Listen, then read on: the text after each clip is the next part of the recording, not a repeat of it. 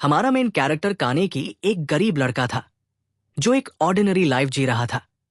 वो शाय और इंट्रोवर्टेड था। एक दिन जब वो अपने दोस्त के साथ रेस्टोरेंट में बैठा था, एक स्टनिंगली ब्यूटीफुल लड़की अंदर आई। जैसे ही कानेकी ने उसे देखा, वो इंस्टेंटली उससे प्यार करने लगा। उसने नोटिस किया कि वो वही बुक पढ़ रही थी जो वो पढ़ रहा था। वो उसे बार बार देखता रहा और जब लड़की ने उसकी तरफ मुस्कुराया तो उसकी एडमिरेशन और बढ़ गई। बाद में उन्होंने अगले दिन एक दूसरे रेस्टोरेंट में मिलने का प्लान बनाया। जब वे मिले तो उन्होंने साथ में अच्छा समय बिताया। लड़की ने अपना इंट्रोडक्शन दिया और बताया कि उसका नाम री है। बाद में उसने कानेकी से रिक्वेस्ट की कि वो उसे उसके घर तक छोड़ दे क्योंकि वो डर महसूस कर रही थी। कानेकी ने अग्री किया और उसे उसके नेबरहुड तक अकंपनी किया। जैसे ही वे एक डार्क एली में पहुंचे, कानेकी ने उससे कहा, I hope we can meet again. अचानक लड़की ने उसे हग कर लिया और कहा, our feelings are mutual Kaneki, I love you. Kaneki बहुत खुश हुआ, लेकिन तभी उसने लड़की से एक टेरिफाइंग ऑरा महसूस की। उसकी आईज रेड और ब्लैक हो गई और उसने अपना माउथ खोला और कानेकी को बाइट कर लिया।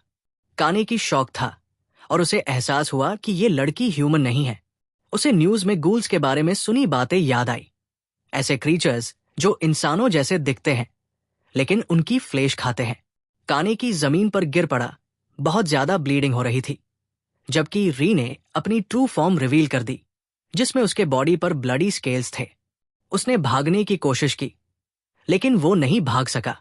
लड़की ने उसे पकड़कर वॉल से टकरा दिया और उसे स्टैब कर दिया, जिससे उसकी ब्लीडिंग और बढ़ गई। वो मरने की कगार पर था, लेकिन तभी एक मिरेकल हुआ। एक क्रेन जो उनके ऊपर लटकी थी, उसकी केबल स्नैप हो गई और भारी मेटल री पर गिर पड़ा, जिससे वो मारी गई। थोड़ी देर बाद पुलिस आई और कानेकी को हॉस्पिटल ले गई। उसकी हालत क्रिटिकल थी और उसके इंटरनल ऑर्गन्स सेवियरली डैमेज थे, जिससे रिकवरी इम्पॉसिबल थी बिना ऑर्गन ट्रांसप्लांटेशन के।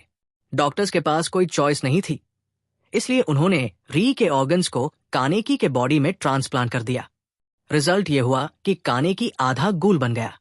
जब उसने होश संभाला तो डॉक्टर ने उसे रियश्योर किया कि वो ठीक है और डिस्चार्ज हो सकता है। कानेकी घर लौट आया, लेकिन वो डिसगस्टेड महसूस कर रहा था कि उसके साथ क्या हुआ। जब वो न्यूज देख रहा था तो उसने किसी को गूल्स के बारे में डिस्कस करते सुना, जो बता रहे थे कि उनका ओनली फूड सोर्स ह्यूमंस होते हैं और उनका सेंस ऑफ टेस्ट इंसानों से बिल्कुल अलग होता है। ह्यूमन फूड उन्हें अटली रिपल्सिव और इनएडिबल लगता है। टेरिफाइड होकर कानेकी ने इसे खुद टेस्ट करने का फैसला किया। उसने कई फूड्स ट्राई किए, लेकिन वो सब वॉमिट कर दिया, इवन उसके फेवरेट डिशेस भी। उसी मोमेंट उसे एहसास हुआ कि वो एक गूल बन चुका है। उसने मिरर में देखा और पाया कि उसकी आई रेड और ब्लैक हो गई थी। एंगर से भरकर उसने नाइफ उठाया और ट्रांसप्लांटेड ऑर्गन्स को रिमूव करने की कोशिश की, लेकिन जैसे ही उसने खुद को स्टैब किया, नाइफ टूट गया। वो स्ट्रीट पर निकला, लेकिन एक ओवरवेलमिंग हंगर उसे घेरने लगी। जब भी उसने किसी ह्यूमन को देखा तो उसमें उन्हें खाने की इंटेंस अर्ज उठने लगी। तभी उसे एक डिलिशियस सेंट महसूस हुई जो उसकी माँ के खाने जैसी लगी। वह ईगर होकर उस खुशबू की तरफ दौड़ा, लेकिन जब वो पहुंचा तो उसने देखा कि एक गूल एक ह्यूमन को डिवार कर रहा था। चारों तरफ ब्लड स्प्लैटर था। कानेकी हॉरर से भर गया जब उसे एहसास हुआ कि वो एंटाइसिंग स्मेल वास्तव में ह्यूमन फ्लेश की थी। वो घुटनों के बल गिर पड़ा और रोने लगा। गूल को उस पर पिटी आई। उसने उस आर्म का एक टुकड़ा फाड़कर उसकी तरफ बढ़ाया और कहा, here, take it, we are in the same situation. तभी अचानक एक दूसरा गूल वहां आया और पहले गूल को मार दिया। उसने कानेकी को पकड़कर दीवार से टकराया और कहा, how day you trespass in my फीडी area. कानेकी ने खुद को डिफेंड करने की कोशिश की और कहा, I was just passing by, I didn't mean anything. लेकिन गूल ने उसकी बात नहीं मानी और उसे मारने ही वाला था कि तभी एक और गूल, जो फीमेल थी और जिसका नाम टीओए था, वहां आई। उसने अटैकर से कहा कि वह कानेकी को छोड़ दे, लेकिन गूल ने उसकी बात इग्नोर कर दी और अटैक कर दिया। टीओए ने अपनी इनक्रेडिबल स्ट्रेंथ से उसे एक सिंगल स्ट्राइक में घायल कर दिया, जिससे वो भागने पर मजबूर हो गया। फिर टीओए ने कानेकी की तरफ देखा, उसके हाथ में एक सेवियर्ड हैंड उठाई और कहा, if you need it take it. Kaneki हिचकिचाया और उसकी तरफ हाथ बढ़ाया, लेकिन no way no way no way no way no way, I can't be a cool CO. मैं एक ह्यूमन हूं डीप इनसाइड। हालांकि वो अपनी गूल इंस्टिंक्ट से लड़ रहा था जो उसे ईट करने के लिए मजबूर कर रही थी। कानेकी ने रोना शुरू कर दिया, एक इंटेंस इंटरनल स्ट्रगल से ओवरवेल्म्ड होकर। तोक ने उसे कहा, अगर तुम रिफ्यूज करोगे तो मैं तुम्हारी हेल्प करूंगी। वो उसके पास आई और जबरदस्ती एक पीस ऑफ मीट उसके मुंह में डाल दिया। कानेकी उस टेस्ट से शॉक हो गया, लेकिन उसने तुरंत उसे स्पिट करने की कोशिश की और कहा, don't treat me like a ghoul, I am human, not a monster like you. तोक उसकी जिद से गुस्सा हो गई और उसे बुरी तरह पीटना शुरू कर दिया। उसी समय एक बुजुर्ग आदमी वहां आया और उसने कानेकी को बचाया। उसने कानेकी से कहा कि वो उसके साथ चले। उस आदमी ने कानेकी को एक दूसरी जगह ले जाकर कॉफी ऑफर की। कानेकी ने पहले हिचकिचाया, लेकिन फिर ट्राई किया और टेस्ट से सरप्राइज हो गया। बुजुर्ग आदमी ने समझाया, coffee is the only food that ghouls can consume normally. लेकिन उसने जोड़ा, of course coffee won't satisfy your hunger, so take this piece of meat to eat when the hunger becomes unbearable. हालांकि कानेकी इसे नहीं खाना चाहता था, फिर भी उसने वो मीट ले लिया और वहां से चला गया। बाद में टोका ने उस बुजुर्ग से पूछा कि उसने कानेकी की हेल्प क्यों की। उस आदमी ने कहा कि उसने राइस की मौत और उसके ऑर्गन्स ट्रांसप्लांटेशन के बारे में सुना था, जिससे कानेकी आधा गूल बन गया था। इसी बीच कानेकी अपने घर पर अपनी भूख से जूझ रहा था और अपनी गूल इंस्टिंक्ट्स को रोकने की कोशिश कर रहा था। तभी राइस उसके दिमाग में आई और उसे डार्क थॉट से बहकाने लगी। उसने कानेकी को लगातार उकसाया जब तक कि उसने बैग ऑफ मीट नहीं पकड़ लिया। लेकिन उसी समय उसके दोस्त का कॉल आया, जिससे वो शांत हो गया और उन ख्यालों से बाहर निकला। अगले दिन कानेकी स्कूल गया और अपने क्लासमेट्स को फूड एंजॉय करते हुए देखा, जिससे उसे पछतावा हुआ।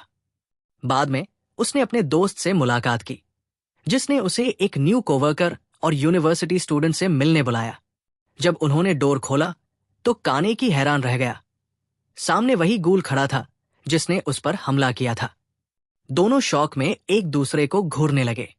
गूल ने आगे बढ़कर कहा, my name is Nishio, it's a pleasure to meet you Kaneki. बाद में वे बाहर गए, जहां निशियो ने पेस्ट्रीज खरीदी और सबके साथ बांटी। कानेकी को केक देखकर ही घिन आने लगी, लेकिन वो शॉक हो गया जब निशियो ने आराम से उसे खा लिया और कहा, हाउ डिलिशियस इट इज। कानेकी ने इसे इग्नोर किया और आगे बढ़ा, लेकिन अचानक निशियो ने उसके दोस्त को जोर से किक मारी, जिससे वो दूर जा गिरा। फिर निशियो ने कानेकी को पकड़ा और उसके पेट में जोर से पंच मारा, जिससे वो बुरी तरह खून से लथपथ हो गया। निशियो ने अपना फूड स्पिट किया और हंसते हुए कहा, I can't understand how humans can eat this trash. इसके बाद उसने फिर से कानेकी के दोस्त को मारा और कहा, I know you were planning to get close to him so you could eat him.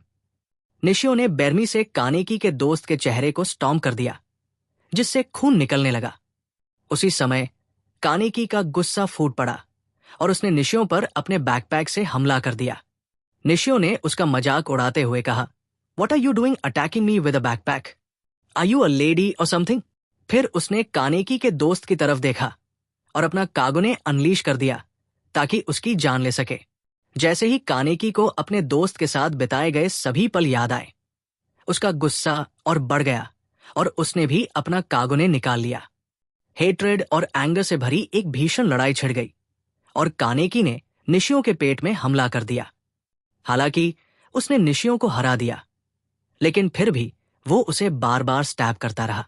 Nishio ने मर्सी की भीख मांगी, माफी मांगी, लेकिन कानेकी अपना मानसिक संतुलन खो चुका था और तब तक हमला करता रहा जब तक खून हर जगह नहीं फैल गया। आखिरकार उसने निशियो को दूर फेंक दिया और अपने दोस्त के पास गया।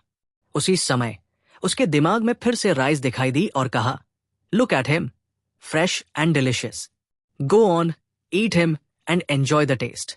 कानेकी अपने इंस्टिंक्ट्स के आगे झुकने ही वाला था कि अचानक उसने खुद को शांत किया और कहा, he is my best friend. Rice ने मुस्कुराते हुए जवाब दिया, एग्जैक्टली, क्योंकि he is your best friend, तुम्हें उसका खाना खाने का हक है। उसने कहा और उसकी थॉट्स को मैनिपुलेट करने लगी, जब तक कि वो ऑलमोस्ट मान ही गया। उसी मोमेंट टीओए वहां प्रकट हुई और बोली, didn't you say you are not like us? और अब तुम अपने फ्रेंड को खाने वाले हो? कानेकी गुस्से में चिल्लाया, स्टे आउट ऑफ माई वे या मैं तुम्हें मार दूंगा। टीओए ने अपना कागुने अनलीश किया और एक ही वार में कानेकी को बेहोश कर दिया। जब कानेकी जागा तो उसने अपने मुंह में ब्लड का स्वाद महसूस किया। एक ओल्ड मैन कमरे में आया और कानेकी ने उससे अपने फ्रेंड की वेयरअबाउट्स के बारे में पूछा। वो उसे उसके फ्रेंड के पास ले गया और आश्वस्त किया कि वह ठीक है। कानेकी ने स्वीकार किया, भूख ने मुझे पूरी तरह से घेर लिया था और अगर तुका ने रोक न लिया होता तो मैं उसे खा चुका होता। लेकिन अब मेरी भूख खत्म हो गई है और मेरे मुंह पर ब्लड के निशान हैं। मुझे सच बताइए, मेरे बेहोश होने के दौरान आपने मेरे साथ क्या किया? ओल्ड मैन ने जवाब दिया, it's better if you don't know. उसी मोमेंट कानेकी को एहसास हुआ कि उसने ह्यूमन फ्लेश खा लिया है। वो आंसुओं में टूट गया और कहा, अगर मैं अपने फ्रेंड के साथ रहूं तो मुझे नहीं पता कि वो मेरे साथ सुरक्षित रहेगा या नहीं। मेरे पास कोई और ऑप्शन नहीं है, मुझे उससे दूर रहना होगा। मैंने ह्यूमंस की दुनिया का हूं, नहीं गूल्स की। ओल्ड मैन ने जवाब दिया, नहीं, तुम दोनों हो, ह्यूमन और गूल। तुम ही वो जिसे दोनों वर्ल्ड्स में जगह मिली है।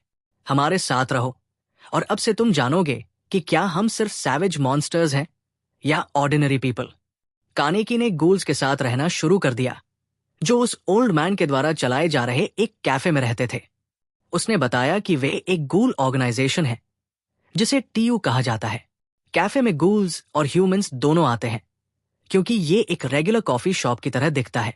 इसी दौरान सीसीजी, कमीशन ऑफ काउंटर गूल, जो एक गवर्नमेंट ऑर्गेनाइजेशन है, गूल्स को इरेडिकेट करने के लिए एक मीटिंग रखती है। वे 20th वार्ड में बढ़ती हुई मर्डर्स की संख्या पर चर्चा करते हैं और एक इन्वेस्टिगेटर को वहां गूल खोजने के लिए असाइन करते हैं। कानेकी की तरफ लौटते हुए ओल्ड मैन उसे सैंडविचेस ऑफर करता है और खाने के लिए कहता है। कानेकी एक सैंडविच खाता है, लेकिन उसे वो भयानक लगता है। ओल्ड मैन उसे आसानी से खा लेता है और समझाता है कि प्रैक्टिस से वह भी ह्यूमन फूड खा सकता है, लेकिन उसे बाद में रिमूव करना जरूरी होगा, वरना ये हार्मफुल हो सकता है। फिर वो कानेकी को शुगर क्यूब्स देता है और कहता है, इन्हें कॉफी में डिसोल्व कर लेना जब भी भूख लगे। कानेकी उसे धन्यवाद देता है और पूछता है कि ये किस चीज से बने हैं। ओल्ड मैन जवाब देता है, it's better not to know. इसके बाद वो कानेकी से कहता है कि वो टीओए की जगह फूड लाने की जिम्मेदारी ले, क्योंकि वो अपनी पढ़ाई में व्यस्त है। कानेकी हिचकिचाता है और कहता है, ये मेरे लिए इम्पॉसिबल है, मैं किसी को मार नहीं सकता। ओल्ड मैन उसे आश्वस्त करता है कि उसे किसी को मारने की जरूरत नहीं होगी, वो खुद समझ जाएगा। कानेकी एक अंतिक मेंबर के साथ हाई क्लिफ के पास एक डिस्टेंट लोकेशन पर जाता है। गलती से वो फिसल कर गिर जाता है, लेकिन अपने कागुने का उपयोग करके खुद को बचा लेता है। वहां उसे एक ह्यूमन कॉर्प्स मिलता है और वो घबरा जाता है। उसका साथी नीचे आता है और समझाता है कि कई लोग यहां सुइसाइड करने आते हैं, इसलिए वे केवल सुइसाइड विक्टिम्स के बॉडीज लेते हैं। फिर वो कानेकी को बॉडी को बैग में रखने के लिए कहता है। कानेकी डर महसूस करता है, लेकिन जब वो आदमी मृत व्यक्ति के लिए प्रार्थना करता है तो वो थोड़ा शांत हो जाता है। इसी दौरान इन्वेस्टिगेटर्स गूल्स का शिकार करना शुरू कर देते हैं और जो भी उनके रास्ते में आता है उसे एलिमिनेट कर देते हैं। उनके पास इतने टेरिफाइंग स्किल्स होते हैं कि उनसे बचना लगभग असंभव होता है। बाद में कानेकी अंतिक में एक रूम में प्रवेश करता है और देखता है कि एक गर्ल खून से सना खाना खा रही है। उस सीन को देखकर वो भयभीत हो जाता है, माफी मांगता है और जल्दी से दरवाजा बंद कर देता है। कोई उसे बताता है कि गूल्स को खाना खाते हुए देखना पसंद नहीं होता, खासकर लड़कियों को। कानेकी फिर से माफी मांगता है और उसे एक कप ऑफ कॉफी लाकर देता है। लड़की उसकी माफी स्वीकार कर लेती है और बाद में उसकी दोस्त बन जाती है। उसका नाम एमी है और वो अपनी माँ के साथ अंतिक में रहती है। जब कानेकी उससे बातें करने और उसे लिखना सिखाने लगता है तो वो बेहद खुश हो जाती है। एक दिन एक आदमी जिसका नाम सुकुक कियामा है कैफे में प्रवेश करता है। वो कानेकी के पास आता है, उसे सूंघता है और कहता है, you smell delicious, I see you later dear Connie. वो आदमी हाईली सस्पिशियस लगता है और होका चेतावनी देता है हनीकी को कि वो उससे दूर रहे। बाद में केन जाता है तोआ के रूम में और जब वे साथ बैठे होते हैं तभी उसकी फ्रेंड मिलने आती है। जब वो कनकी को वहां देखती है तो वो शॉक हो जाती है और स्थिति को गलत समझ लेती है। वो तोआ के लिए बनाया हुआ मील छोड़कर गुस्से में बाहर चली जाती है। कानेकी पूछता है कि वो उस खाने का क्या करने वाली है। तोआ जवाब देती है कि उसकी फ्रेंड ने इसे बनाने में बहुत मेहनत की है, इसलिए वो इसे जरूर खाएगी। वो मील खा लेती है, भले ही उसे पसंद ना आए, जिससे कानेकी को आश्चर्य होता है और उसे एहसास होता है कि तोआ का दिल बहुत काइंड है। अगले दिन सुकियामा यूनिवर्सिटी आता है और कानेकी से बात करता है, उसके करीब आने की कोशिश करता है। वो कहता है, वैसे मुझे वही बुक पसंद है जो तुम पढ़ रहे हो, क्यों ना हम साथ में लाइब्रेरी चलें? बाद में केनेकी को तोआ की चेतावनी याद आती है और वो अपोलोजाइज करता है, सॉरी, आई कांट। सुकी अफसोस के साथ जवाब देता है, नो प्रॉब्लम, मैं माफी चाहता हूं अगर मैंने तुम्हें परेशान किया, लेकिन तुम ही हो जो मेरे जैसे हो। ज्यादातर गूल्स को पढ़ने में दिलचस्पी नहीं होती और मैं एक फ्रेंड की तलाश में था जो मेरे पसंदीदा विषयों पर चर्चा कर सके। सुकी की बातों से प्रभावित होकर केकी उसके साथ जाने के लिए राजी हो जाता है। सुयमा फिर एक सिनिस्टर लाफ छोड़ता है। बाद में वे लाइब्रेरी जाते हैं और वहां केकी गलती से अपनी फिंगर काट लेता है। सुगियामा उसे एक हैंडकरचिफ देता है और कहता है कि वो उसे धोकर लाएगा। सुकी बाथरूम में जाकर उस हैंडकरचिफ को सूंघता है और पूरी तरह अपना कंट्रोल खो देता है, एक हिस्टेरिकल फ्रेंजी में चला जाता है। मैंने कहा था ना भाई कि ये आदमी शुरू से ही सस्पिशियस था। इसके बाद सुकी कानेकी को एक पार्टी में इनवाइट करता है। कानेकी तैयार होता है, सूट पहनता है और जाने के लिए निकलता है। अचानक पूरे वेन्यू में डार्कनेस छा जाती है और कानेकी खुद को एक स्टेज लाइक एरिया में खड़ा पाता है। सुकी अपनी सिनिस्टर प्लान का खुलासा करता है। वो केकी को सभी गेस्ट्स के लिए एक मील के रूप में प्रेजेंट करना चाहता है। वह उस हैंडकरचिफ को भीड़ में फेंकता है और कहता है कि उसकी सेंट को सूंघकर वे जान जाएंगे कि वो कितना डिलिशियस है। भीड़ उत्तेजित हो जाती है और शो शुरू होता है। एक मॉन्स्ट्रस क्रीचर अरीना में आता है और केकी पर हमला करता है। केकी भागने की कोशिश करता है लेकिन डोर्स बंद है, कोई रास्ता नहीं बचा। वो क्रीचर उसे एक जोरदार ब्लो मारता है जिससे उसकी स्कल लगभग टूट जाती है। केकी खुद को बचाने की कोशिश करता है लेकिन वो हेल्पलेस महसूस करता है। वो नीचे गिर जाता है और उसे दीवार से जोरदार किक मारी जाती है। मॉन्स्टर उसे उठाकर इतनी ताकत से चोक करता है कि ऐसा लगता है कि उसकी नेक टूट जाएगी। तभी केकी अपनी गूल पावर्स को टैप इनटू करता है, खुद को फ्री करता है और एक जबरदस्त पंच मारता है जिससे मॉन्स्टर उड़ जाता है। सभी कानेकी की स्ट्रेंथ देखकर दंग रह जाते हैं, खासकर सुकी, जो शॉक हो जाता है जब वो कानेकी की एकल गूल आई देखता है। वन आइड गूल्स बेहद दुर्लभ होते हैं और असाधारण एबिलिटीज रखते हैं। ऐसा लगता है कि सुकी अपना माइंड खो देता है। वो सबको एक तरफ धकेलता है और कनिकी के पास आता है। वो फाइट रोकता है, उससे माफी मांगता है और कहता है कि जो हुआ उसे भूल जाओ। लेकिन अपने माइंड में वो कसम खाता है कि अब कोई और कानेकी के फ्लेश का टेस्ट नहीं लेगा, क्योंकि वो खुद उसे ईट करने की योजना बना रहा है। बाद में केकी सड़कों पर भटक रहा होता है जब वो कुछ थग्स को देखता है जो बेरमी से किसी को पीट रहे होते हैं। उसे एहसास होता है कि वो निशिकी है। केकी दखल देने की कोशिश करता है और शांतिपूर्वक बात करता है, लेकिन एक थग इतनी जोरदार पंच मारता है कि उसकी हेड लगभग उड़ जाती है। थग्स उस पर हमला करने लगते हैं, लेकिन केकी आसानी से उनके वारों को डॉज कर देता है और देखता है कि उसकी स्किल्स कितनी बेहतर हो गई है। वो एक को जबरदस्त ब्लो मारकर गिरा देता है। इसके बाद कानेकी निशी को घर ले जाता है। निशी हैरान होकर पूछता है, तुम मेरी मदद क्यों कर रहे हो? जब निशी की वाइफ दरवाजा खोलती है तो निशी कहता है, ये वही लड़का है जिसने पहले मुझे लगभग किल कर दिया था और अब ये मेरी मदद कर रहा है। क्या ये अजीब नहीं है कि लाइफ कैसे काम करती है? कनिकी फिर निशी की वाइफ से पूछता है कि वो उसके साथ कैसे रह सकती है, ये जानते हुए कि वो एक गूल है और लोगों को किल करता है। वो जवाब देती है कि उसने उससे लव किया और जब तक वो उसके फैमिली को नुकसान नहीं पहुंचाएगा तब तक वो इसे नजरअंदाज करने के लिए तैयार है। बाद में जब वे चल रहे होते हैं, निशिकी की वाइफ अचानक किडनैप हो जाती है। किडनैपर और कोई नहीं बल्कि सुकी होता है। जब कनिकी घर लौटता है तो उसे एक नोट मिलता है। सुक्की ने उसे बुलाया कि अगर वो उसे वापस पाना चाहता है तो अभी आए। उसी क्षण निशिकी आता है और स्थिति के बारे में जानता है, फिर कानेकी के साथ जाने का फैसला करता है। सुकी ने एक वुमन को एक चर्च में कैद कर रखा है। जब कानेकी और निशिकी वहां पहुंचते हैं तो एक फाइट छिड़ जाती है। सुकी अपनी इनक्रेडिबल स्ट्रेंथ दिखाते हुए कानेकी पर जोरदार वार करता है, जिससे वो लगभग टूट जाता है। अचानक तोआ प्रकट होती है और टोकियामा के चेहरे पर एक निशान छोड़ते हुए एक पावरफुल स्ट्राइक मारती है।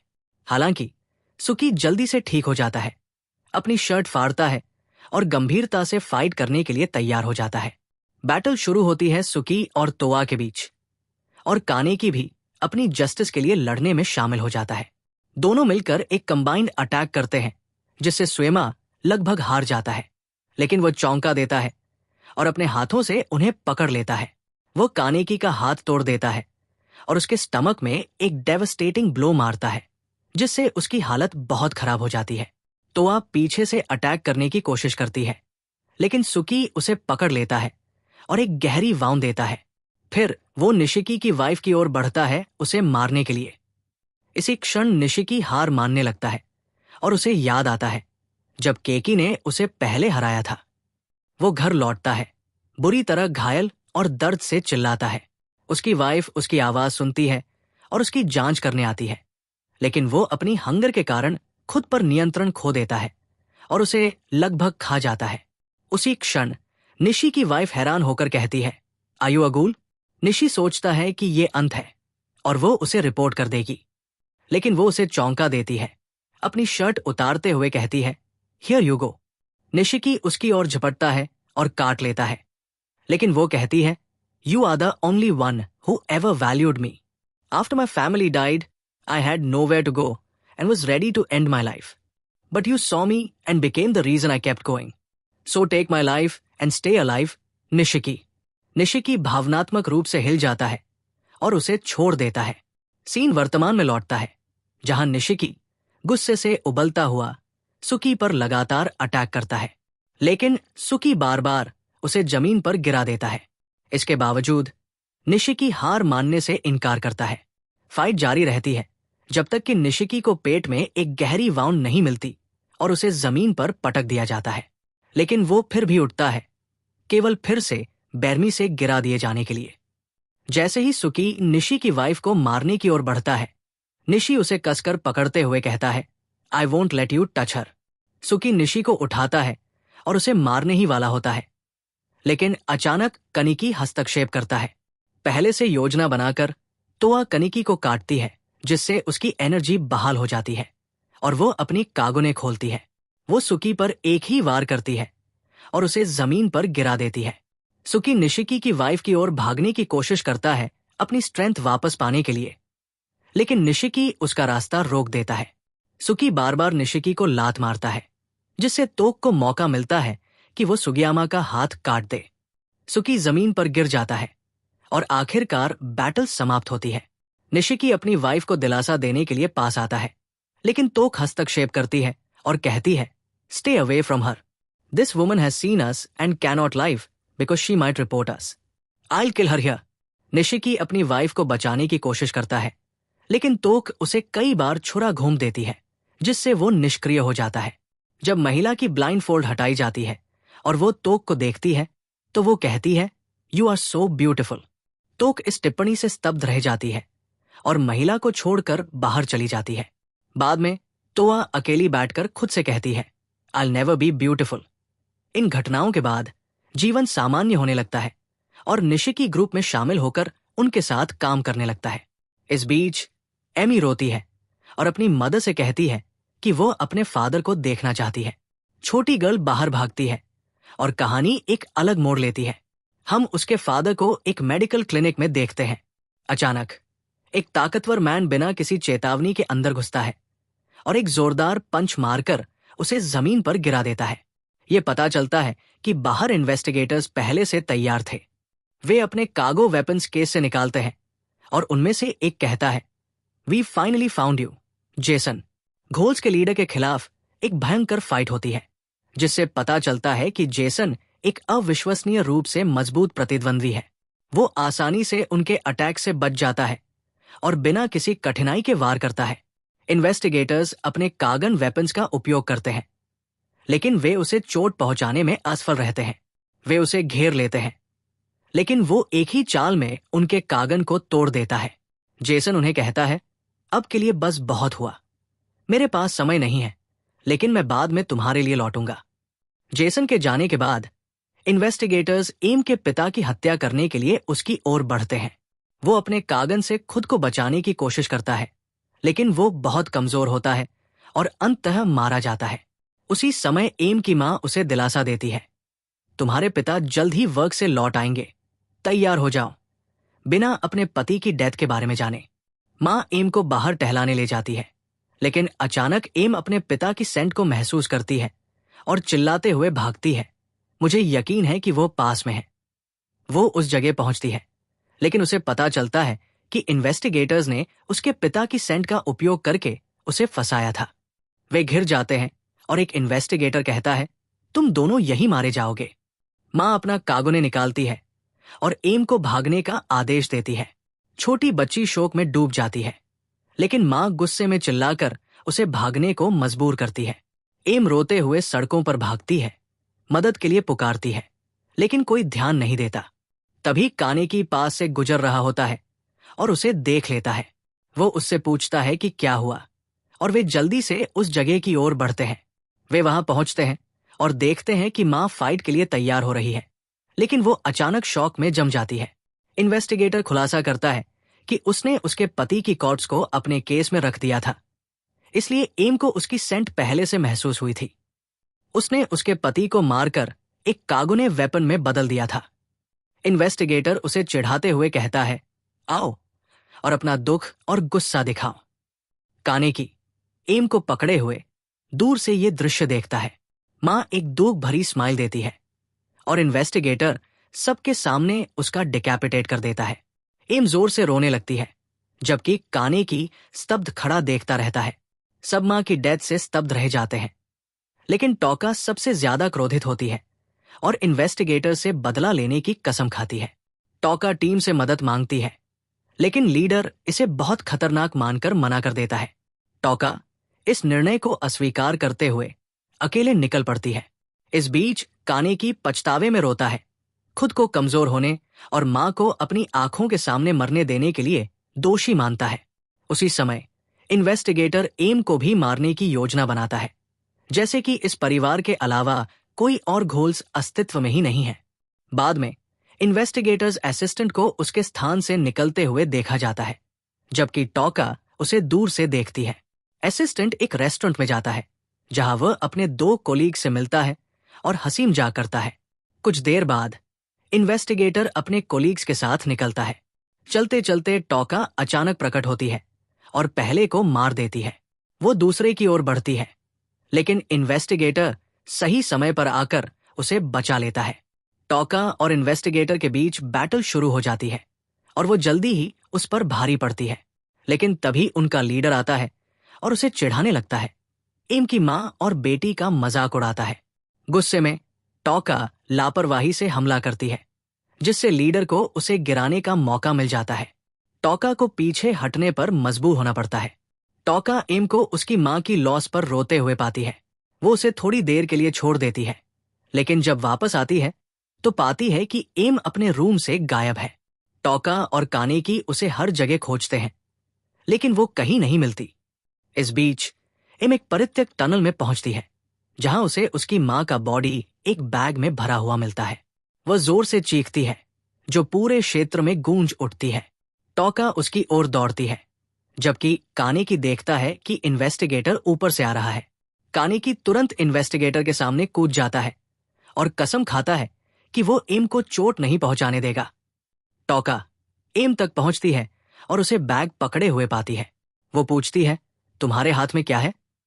एम जवाब देती है, ये मेरी मां है और मैं इसे कभी नहीं छोड़ूंगी। हमने ऐसा क्या किया जो हमें ये सब सहना पड़ा? क्या सिर्फ अलाइव रहना ही अपराध है?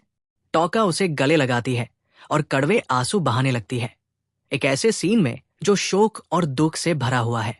अचानक ही इन्वेस्टिगेटर प्रकट होता है और उन्हें चिढ़ाने लगता है, कहते हुए, क्या तुम्हें अपनी मां की याद आई? क्या तुम्हें वो गिफ्ट पसंद आया जो मैंने तुम्हारे लिए छोड़ा था? फ्यूरियस टोका क्रोध से भर जाती है।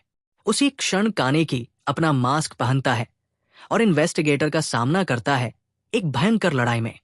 कानेकी खुद पर नियंत्रण बनाए रखने की कोशिश करता है, अधिक क्षति से बचते हुए, लेकिन इन्वेस्टिगेटर उस पर शक्तिशाली प्रहार करता है। फिर वह अपने कागुने को अपने केस से निकालता है और कानेकी पर वार करता है, जिससे वो उड़कर दूर जा गिरता है। उसी समय टोका दूसरे इन्वेस्टिगेटर से लड़ रही थी, जो अपने कागुने को जंगली तरीके से घुमा रहा था। हालांकि उसे यह महसूस नहीं हुआ कि वो एक संकीर्ण स्थान में था, जो कॉलम से भरा हुआ था, और उसका कागुने उनमें उलझ गया। टोका ने इस मौके का फायदा उठाया और एक जोरदार प्रहार किया, जिससे वो दीवार से टकरा गया। इन्वेस्टिगेटर ने कानेकी की ओर देखा और कहा, मैं हमेशा से तुम गूल से एक सवाल पूछना चाहता था। तुम इंसानों को खाते हो और उनका शिकार करते हो बिना उनकी फैमिलीज और प्रियजनों की परवाह किए। तुम जैसे क्रीचर्स का अस्तित्व ही क्यों है? तुम कुछ और नहीं, बस मॉन्स्टर्स हो। उसी समय टोका दूसरे इन्वेस्टिगेटर से कहती है, मेरी फ्रेंड को तुम्हारी जाति ने मार डाला, जबकि वो दयालु थी और उसने अपनी पूरी जिंदगी में कभी किसी ह्यूमन की हत्या नहीं की। इन्वेस्टिगेटर कानेकी से जवाब देता है, मेरा फ्रेंड भी अभी अभी टोका द्वारा मारा गया। क्यों मारा गया? क्या सिर्फ इसलिए कि वह एक इन्वेस्टिगेटर था, या सिर्फ इसलिए कि वह ह्यूमन था? इसी बीच टोका भी अपने अपोनेंट से वही सवाल करती है, मेरी फ्रेंड को क्यों मारा गया? सिर्फ इसलिए कि वह एक गूल थी। ये दोनों पक्षों के बीच गहरी कॉन्फ्लिक्ट थी, जहां प्रत्येक दूसरे को मॉन्स्टर समझ रहा था और एक दूसरे के दृष्टिकोण को समझने में असमर्थ था। कानेकी ही एकमात्र ऐसा व्यक्ति था जो स्थिति को समझ सकता था, इंसानों और गूल्स के बीच खड़ा था, दोनों की पीड़ा को महसूस कर रहा था। उसी समय इन्वेस्टिगेटर ने एमी की मां के कागुने का उपयोग कर टोका को पीछे धकेल दिया। जब एमी ने इसे देखा तो वो गहरे सदमे में आ गई। इन्वेस्टिगेटर ने उसका मजाक उड़ाते हुए कहा, क्या ये तुम्हें पहचाना सा लग रहा है? ये तुम्हारी मां का कागुने है। एमी ने दर्द से भरी चीख निकाली, जबकि टोका अपना संयम खो बैठी और इन्वेस्टिगेटर पर हमला कर दिया। लेकिन उसने उसके पेट पर वार किया और व्यंग्यात्मक लहजे में कहा, अब तुम्हें किस कागुने से मरना पसंद होगा, मॉमीज या डैडीज? कानेकी ने इन्वेस्टिगेटर को समझाने की कोशिश की, चाहे गूल्स हो या ह्यूमंस, दोनों ही गलत है। इस कॉन्फ्लिक्ट को खत्म करना जरूरी है और हमें शांति से सहस्तित्व का कोई रास्ता ढूंढना होगा। लेकिन इन्वेस्टिगेटर ने उसे नजरअंदाज करते हुए उसे जोरदार प्रहार से दूर फेंक दिया और कहा, मुझे इस नॉनसेंस के लिए समय नहीं है। कानेकी ने उत्तर दिया, ठीक है, मैं तुम्हें समझा कर रहूंगा। उसने अपनी गूल पावर्स को मुक्त किया, इन्वेस्टिगेटर पर झपटा और उसे काट लिया। लड़ाई शुरू हो गई और कानेकी ने इन्वेस्टिगेटर को कमजोर कर दिया, उसके कागुने को निष्क्रिय कर दिया। कानेकी ने घोषणा की कि लड़ाई खत्म हो चुकी है, क्योंकि इन्वेस्टिगेटर बिना अपने कागुने के नहीं लड़ सकता था। लेकिन कानेकी की गूल इंस्टेंस उस पर हावी होने लगी और उसकी भूख जाग उठी। उसने इन्वेस्टिगेटर से कहा, भागो, कृपया भाग जाओ, वरना मैं तुम्हें मारने के लिए मजबूर हो जाऊंगा। इन्वेस्टिगेटर ने भागने से इनकार कर दिया और कानेकी पर हमला कर दिया। लेकिन कानेकी ने उसे आसानी से एक ही प्रहार में दूर फेंक दिया और फिर चेतावनी दी, कृपया भाग जाओ, मुझे किलर मत बनाओ। उसी समय दूसरा इन्वेस्टिगेटर एमी को चिढ़ा रहा था, जबकि टोका एक दर्दनाक स्थिति में पड़ी थी। इन्वेस्टिगेटर उसे खत्म करने वाला था, लेकिन अचानक उसका हाथ कट गया। यह खुलासा हुआ कि एमी ने अपना कागुने मुक्त कर लिया था। उसने चिल्लाते हुए कहा, मेरे पेरेंट्स कागुने को इस घिनौने तरीके से इस्तेमाल करने की हिम्मत मत करना। उसने पूरी ताकत से इन्वेस्टिगेटर पर हमला किया, जिससे वो उसकी कागुने की शक्ति से स्तब्ध रह गया। वो बड़बड़ाया, मैं तुम्हारा कागुने भी लूंगा।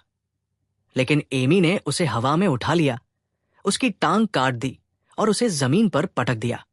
टोका ने एमी को उसे खत्म करने के लिए कहा, लेकिन एमी ने उत्तर दिया, मैं उसे मारना नहीं चाहती। रिवेंज मेरे माता पिता को वापस नहीं लाएगा और नहीं, ये मेरी मदद करेगा। इन्वेस्टिगेटर हंस पड़ा और उससे कहा, तुम सही कह रही हो, फैम को एक साथ रहना चाहिए, तो मैं तुम्हें अभी उनके पास भेज देता हूं। लेकिन तभी टोका ने उसे पीछे से एक घातक वार किया, आखिरकार उसे मार दिया। दूसरा इन्वेस्टिगेटर जमीन पर पड़ा सोच रहा था कि कानेकी ने उसे क्यों बख्श दिया और वो क्यों रो रहा था। उसी समय कानेकी भूख से पूरी तरह से बेकाबू हो गया और फ्लेश की तलाश में भटकने लगा। अचानक उसने किसी को अपने पीछे देखा और तुरंत हमला किया, उसे चाकू घूम दिया। लेकिन यह देखकर वो दंग रह गया कि वो उसका कोवर्कर था जो एंटिक कैफे से उसे मांस देने आया था ताकि उसकी भूख शांत हो सके। और इस प्रकार लड़ाई समाप्त हो जाती है और सभी अपने स्थानों पर लौट आते हैं। इन्वेस्टिगेटर सुरंग में प्रवेश करता है, अपने बॉस को मृत पाता है, उसे उठाता है, उसकी आंखें बंद करता है और कड़वे आंसू बहाता है। ये इस एनीम के इस भाग का अंत दर्शाता है। अगले भाग में आप कहानी में बड़े ट्विस्ट्स और कानेकी के चरित्र में पूरी तरह बदलाव देखेंगे, जो एक अजेय शक्ति बन जाएगा। यदि आप दूसरा भाग चाहते हैं तो कमेंट्स में बताइए और मैं इसे इस हफ्ते रिलीज करने का वादा करता हूं। जल्द ही मिलते हैं।